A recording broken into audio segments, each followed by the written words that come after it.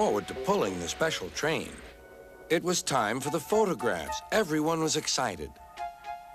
Sir Topham Hat was waiting on the platform for his trousers. They were in a trunk amongst a big load of baggage. The porters were taking the baggage trolley across the line. They were walking backwards to see that nothing fell off. Percy was still being cheeky. His driver always shut off steam just outside the station. Percy wanted to surprise the coaches by coming in as quietly as he could. But the porters didn't hear him either. Percy gave them such a fright that boxes and bags burst everywhere. "Oh," groaned Percy.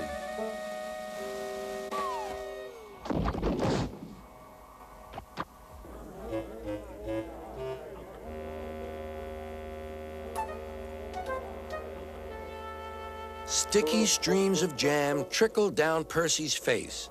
A top hat hung on his lamp iron. Worst of all, a pair of trousers coiled lovingly around his funnel. Everyone was very angry. Sir Topham Hat seized the top hat. "Mine," he said. "Percy, look at this." "Yes, sir. I am, sir." "My best trousers, too." "Yes, sir. Please, sir." "We must pay the passengers for their spoiled clothes, and my trousers are ruined.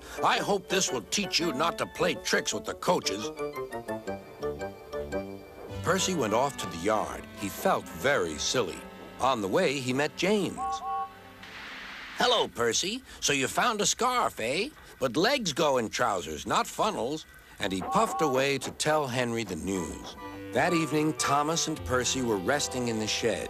Percy's driver had taken away the trousers and given Percy a good rub-down. "Firelighters promised to come early tomorrow," said Thomas.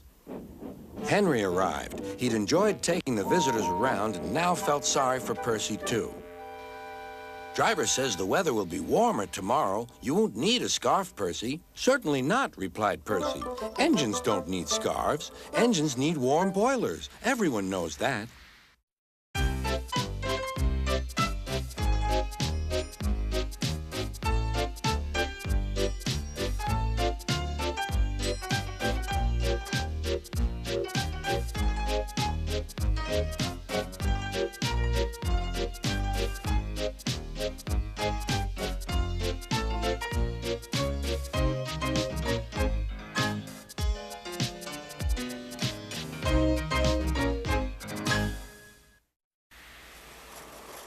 Bill and Ben are tank engine twins. Each has 4 wheels, a tiny chimney and dome, and a small squat cab.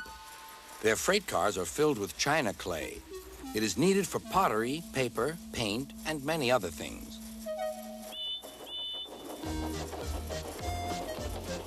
The twins are now kept busy pulling the cars for engines on the main line and for ships in the harbor.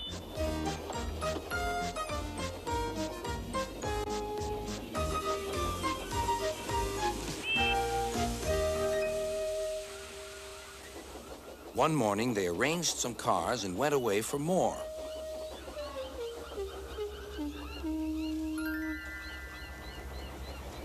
They returned to find them all gone. The twins were most surprised.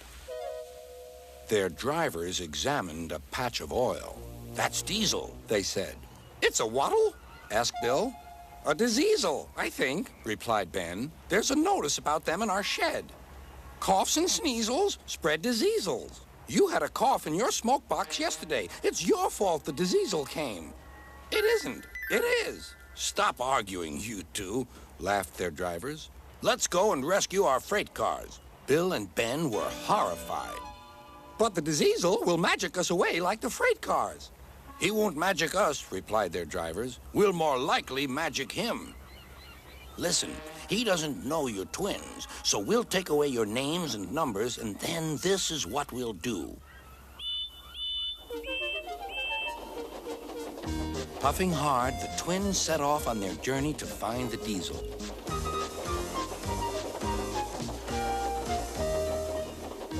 They were looking forward to playing tricks on him.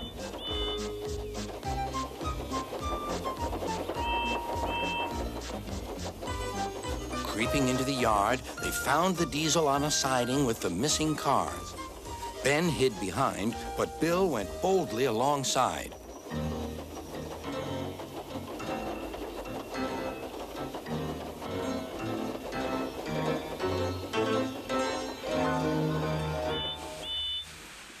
The diesel looked up. "Do you mind?" "Yes," said Bill, "I do. I want my cars back." "These are mine," said the diesel. "Go away." Bill pretended not to be frightened. "You're a big bully," he whimpered. "You'll be sorry." He ran back and hid behind the cars on the other side. Ben now came forward. "Car stealer?" hissed Ben. He ran away too. Bill took his place.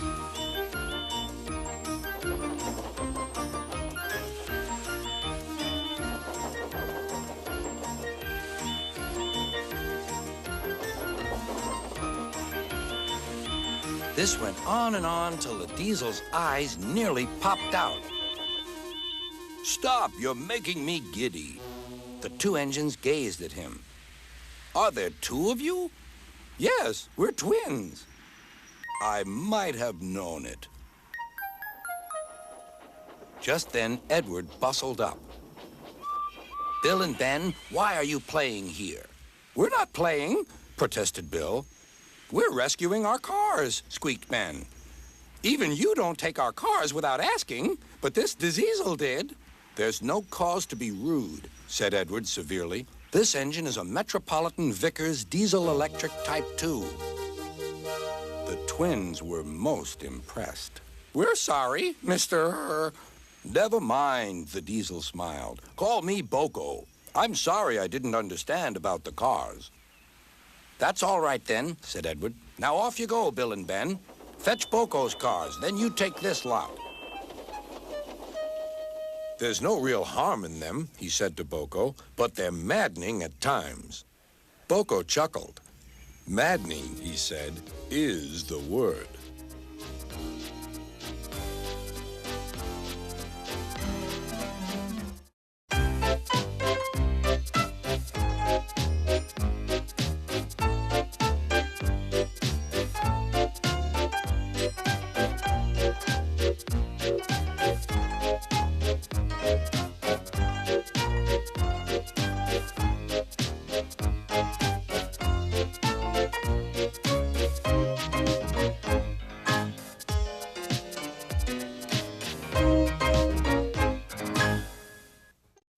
Bertie the bus was giving some visitors a tour of the island of Soda.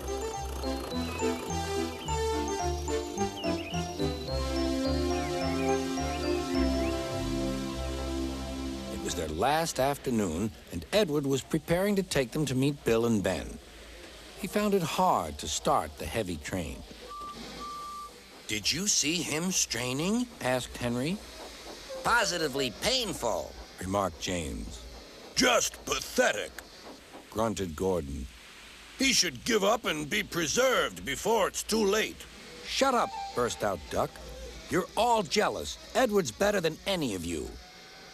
"You're right, Duck," said Boko. "Edward's old, but he'll surprise us all." "I've done it. We're off." "I've done it. We're off," said Edward as he finally puffed out of the station.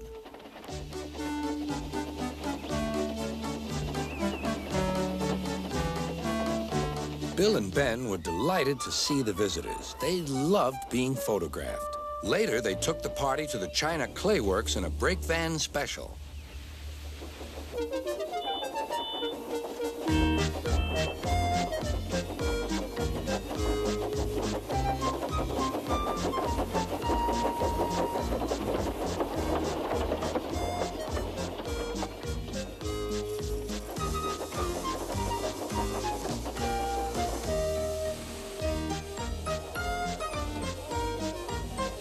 Everyone had a splendid time, and the visitors were most impressed.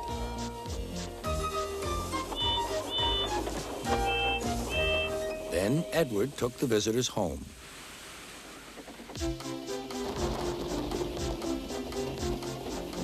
On the way, the weather changed.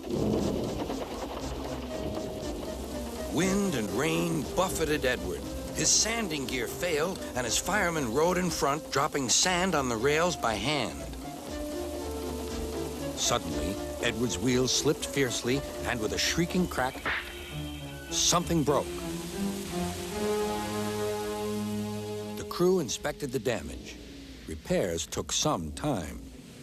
"One of your crank pins broke, Edward," said his driver. "We've taken your side rods off. Now you're like an old-fashioned engine. Can you get these people home? They must start back tonight." "I'll try, sir," promised Edward. Edward puffed and pulled his hardest, but his wheels kept slipping, and he could not start the heavy train. The passengers were anxious. The driver, fireman, and conductor went along the train, making adjustments between the coaches. "We've loosened the couplings, Edward. Now you can pick up your coaches one by one, just as you do with freight cars." "That'll be much easier," said Edward. "Come on," he puffed and moved cautiously forward. The first coach moving helped to start the second, and the second helped the third.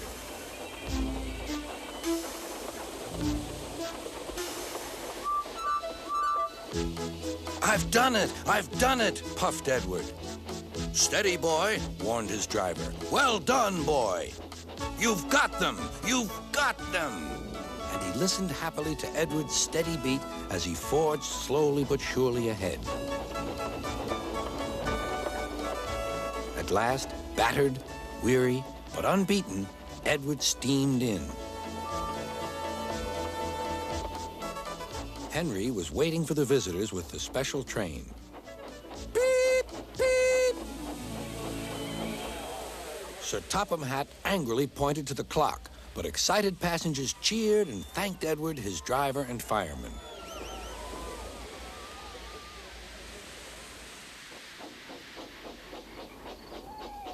Duck and Boko saw to it that Edward was left in peace. Gordon and James remained respectfully silent.